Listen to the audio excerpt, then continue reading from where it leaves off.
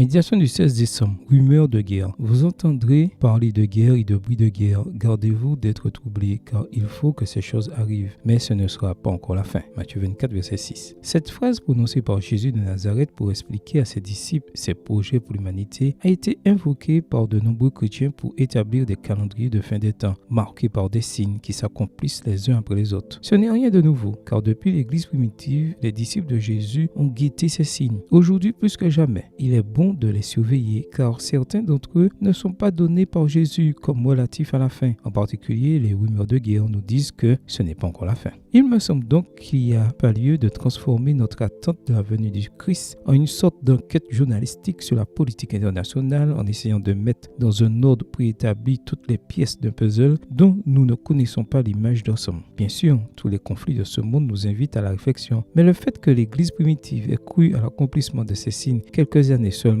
après l'ascension de Jésus devrait aussi nous donner à réfléchir. Les médias d'aujourd'hui permettent de suivre l'actualité internationale plus que jamais. Cependant, il me semble moins urgent que d'autres de rechercher les signes de la fin dans la masse d'informations à laquelle nous avons accès aujourd'hui. Je considère qu'il est prioritaire de consacrer davantage d'efforts à la prédication de l'Évangile, à la solidarité avec ceux qui sont dans le besoin et à la construction de relations plus humaines avec nos semblables. Cela rendrait ce monde meilleur, ce que Dieu a toujours voulu. Veiller, oui, parce que Jésus nous a invités à le faire, Matthieu 24, verset 33, mais en respectant l'ordre des priorités qu'il nous a indiqué, Matthieu 25, verset 31 à 46. Jésus parle surtout de la manière dont il viendra. Il veut que nous sachions que les maux de ce monde ne dureront pas éternellement, que Dieu mettra fin à cet état de fait, mais qu'il veut aussi que nous luttions pour un monde meilleur, même si la souffrance et la mort ne disparaîtront complètement qu'à son retour. Quand, comme les disciples, nous sommes plus intéressés par le quand, Matthieu 24, verset 3, et les signes, parce que nous sommes curieux et impatients et que nous n'aimons pas attendre, Jésus nous exhorte à apprendre à veiller, à être plus attentifs à Dieu qu'à son temps, plus attentifs à celui que nous attendons qu'au moment où il viendra, plus soucieux de collaborer à l'avancée de son royaume que du moment où il deviendra définitif. Amen. Bonne journée à vous et que le Seigneur vous bénisse.